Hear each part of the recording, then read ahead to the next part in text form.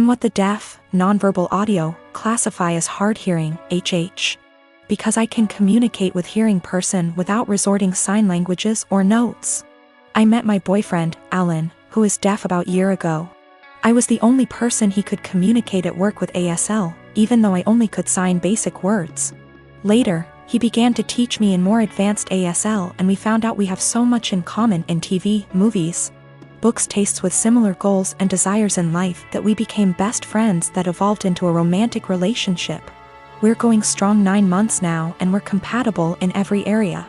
It's the best and healthiest relationship I ever had, and I'm always excited and giddy to see him at work or when we wake up together. He feels the same, and we're talking moving each other as soon his lease is up in 3 months from now. 2 months ago, we decided to meet each other parents, which all are hearing. He's their only deaf son. Alan met mine and it went fabulous. Then we met his parents, Irma and Paul. I thought we got along because they were smiling, gushing and laughing, but I'm beginning to believe they were putting their best masks for the sake of their son.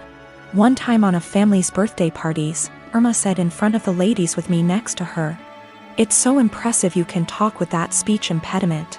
I barely can understand you myself." She said as jokingly manner, but no one laughed. Everyone glanced at each other awkwardly and I just stared at her. Then excused myself. At first I wasn't sure if she meant as generational ignorant way like, who's the woman in the relationship? To the gays. I didn't mention to my boyfriend because I was hoping it was only time remark. It wasn't. They made more comments, mostly Irma, about me struggling pronunciation or grammars, using sign language incorrectly and not teaching me the right one like Alan would do, or not having deaf//HH friends, or not going more to deaf community, and so on. It happened so gradual and subtle that I didn't realize they were being insulting to my face, that to this day I still wonder. Most of the time they would make those comments without Alan nearby. I mentioned to Alan few times and he told me that maybe they were worried I might not understand the deaf culture. He talked to them that saying those things weren't helpful and he would appreciate if they would shut it up. They didn't. Few weeks ago at barbecue party, Irma and Paul sort of insinuated about my parent for not giving best tool for me, saying it was a shame that my parent didn't put me in deaf school or letting me to get cochlea implant or letting me to study abroad in non-deaf university program. They made it sound as if my parent crippled me as person because my social and emotional network didn't consist the right people. This time I got angry and I said what they said was rude, that my parents made lot sacrifice for me and no one has the right to belittle for their choices about raising me. Alan caught at the end of the conversation, lip reading, and asked me what's going on. Not so surprisingly, Alan's parent threw me under the bus, remarking I was so sensitive after making such innocuous comment. Alan saw I was uncomfortable and asked me if I want to leave. I said yes, and we left. When we got home he asked me what they said to me. I didn't want to say what his parent told me because it was so ugly to talk about it, but I told him anyway, and he got upset for me. He FaceTimed them and said they shouldn't said that. He told them they crossed the line. They pretended they didn't know what I was talking about, that perhaps I misunderstood, considering I'm hard-hearing, which upset Alan even more. They ended arguing for a few minutes before Alan hung up. Since then, Alan has become desolate and needy. He apologized to me hundreds of times for not believing me what I said before. I told them that he has nothing to apologize because I wasn't sure if they were being snide toward me until now, and I'm not going to blame Alan for what his parents said to me. He told me he's thinking reducing contact with them, but I told Alan it wasn't necessary. He can do whatever he wants with his parent, but that I rather would not go to any of his family gathering or go his parents. He assured he would never force me or put me in that situation ever again. We're closer together than we were, but he's still sad and he no longer goes to his family gatherings or his parents. I find him staring at nothing in particular for long minutes and his eyes, which used to sparkle, are now dim. I want to cheer him up, but I'm not so sure how to in first place. I just don't know what to do, and I don't understand why his parents are so rude toward me because I'm not completely deaf considering they aren't one. I've been with my wife for 2 years. She has a 21-year-old son. I have a 14-year-old daughter from my previous marriage. My late wife passed away in 2014. She left a few things for our daughter. including a gold jewelry set. Her mom was devastated she didn't get to gift the set to our daughter on her wedding day. I keep it in my closet since it's expensive and my daughter is too young to have it. I'll hopefully gift it to her on her wedding. We were sitting in the kitchen when my stepson was hesitant to ask me something. We're in good terms but have our fair share of arguments. He said his fiancée was taking something from his mother's and my closet, saw the jewelry set and liked it very much.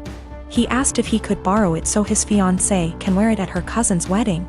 I found this unacceptable. I told him his fiancée had no business being in the bedroom and that the jewelry isn't mine. It's for my daughter. He asked me if my daughter will agree to let him borrow it if he talked to her. I told him not to even talk about it again. He got all pissed and said things I do not remember. When he and his fiancée were at the wedding, I discovered that the jewelry set was gone. I told my wife and we looked all over the house. I called my stepson to tell him about calling the police because I really thought someone stole the set. He said there was no need, that he borrowed it and will return it after they get back from the wedding. I yelled at him and told him to come back with it right then. I kept calling him till 12 a.m. when he told me to stop calling and that he'd bring it in the morning. I couldn't sleep that night. I felt terrible.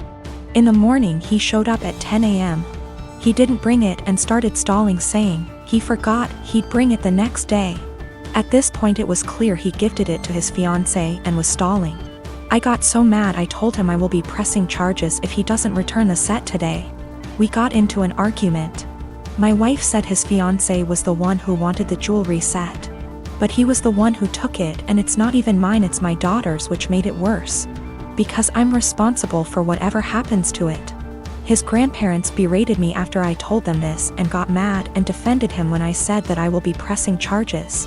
He stole and needed to be responsible for his actions. He didn't respond to my final calls, so now I've given him one last chance, and it's over. I pressed charges today. They're saying calling the police was extreme and cruel. They're all convincing me to back down. He was replying to me sarcastically when I said I'd get the authorities involved, and he didn't take me seriously. His mom said she'd try to talk to him, but I had enough of him stalling, hoping I'll just let it go, so he can make his fiancée happy. I feel like an irresponsible idiot. I can't even look at my daughter without feeling frustrated and infuriated. I'm hurt, but what's worse is that this is my daughter's property that I couldn't take care of.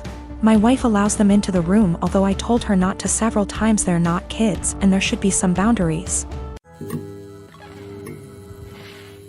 I have a lot of family members. I come from a religious community that doesn't believe in the public school system and tends to have a ton of kids. I have an older sister, Julia, a stepbrother, Ron, a stepsister, Molly, a half-brother, Joe, and a half-sister, Lucy. Growing up, all of us were homeschooled. This involved a lot of neglect, lack of textbooks or seasonally appropriate clothes / shoes, unheated house, and sometimes physical abuse. I lived mostly with my mom, but spent weekends with my step-family. Both houses were dysfunctional. My stepmom used to have a severe problem with alcoholism, although she's been better in the last few years. Ron is my best friend and I would be lost without him. We've supported each other through years of hard times. And we discuss a lot how our lives could have been different if we'd been sent to school or generally had a more healthy home life. Obviously, we don't want the same thing for our younger siblings. And don't want to see them struggling in minimum wage jobs while trying to study for a GED the way we're doing. When I went to visit him recently, I found that my stepmom had gone out of the country for an entire week and left the youngest two at the house. Ron and Molly both work. Molly hasn't been doing any homeschooling for about 2 years and are out of the house for most of the day and night. I tried to help Lucy with her math homework, but she was extremely behind grade level and kept getting distracted because she had to make lunch or do chores. Joe spends all day in his room playing video games and gets no guidance from anyone. I tried to as gently as possible get him to do some reading, but he doesn't understand how serious the situation is, and obviously is having too much fun to care. So I called CPS and reported educational neglect. And obviously everyone knew it was me. And Ron told me that stepmom said I wasn't welcome at the house anymore and to never contact any of them again. Molly is extremely mad at me. She blocked me on Facebook and doesn't have a cell phone where I can reach her. Julia, who somehow heard about all this despite living across the country, also blocked me on Facebook and reported my Facebook as impersonating a celebrity. Facebook deleted it, generally making everything harder. This stings even more because I'm already estranged from my bio mom over my religious beliefs. I now have no family members left, besides Ron, thank bejeebus, who want anything to do with me. I feel like I make enemies everywhere I go. Ron has been saying for years that he can't call CPS, and I guess this is why, but at least he doesn't blame me. He suggested that I try to talk to stepmom once some time has passed, but I would have no idea where to begin. I have looked up career possibilities as a moving military girlfriend, maybe someday wife. My boyfriend really wants me to go with him, but I don't know if it's the best thing for me, career-wise. Currently, I'm in school, going for my bachelor's degree. I only have 2 years left, and after that, I plan on getting into law school. He's in the Air Force, stationed in Texas, which he's been here for about 3 years now. We have been together for 1.5. Knowing that he's going overseas, it's possible he'll be stationed in different countries for a few years. What's holding me back is my career.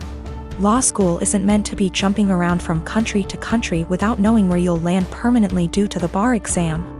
Also, we aren't married and I don't know if I should risk my career, which I've been very committed to being a lawyer. For a future that's a bit warped. I did see that I can become a programmer and it'll be versatile, but that's not what I truly want to do. Sure, Hawaii seems amazing, but more of a 3-year-long vacation with a questionable future. We both agreed that long distance wouldn't work since I would be all the way in Texas. Is it bad that I want to go but don't want to risk it all just to be put in a bad situation of misery? Also, if I do go, I'd have to transfer schools and go to school in Hawaii. That's already a very high tuition that has to be paid by FAFSA and student loans. Quite frankly, I'm also afraid that I won't be able to sustain myself separately from my boyfriend's income. I like to feel independent and know that I can fend for myself. Maybe that's a pride issue? I don't know, but I do know it's a high standard of living. That also adds to the jumble of thoughts.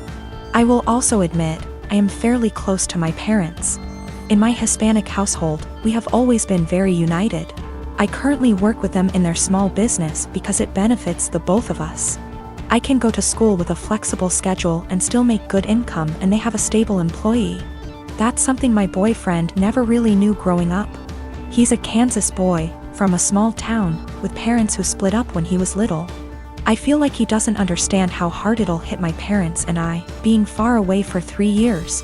It also bothers them a bit that I'm not married but willing to leave not knowing what'll happen in the relationship.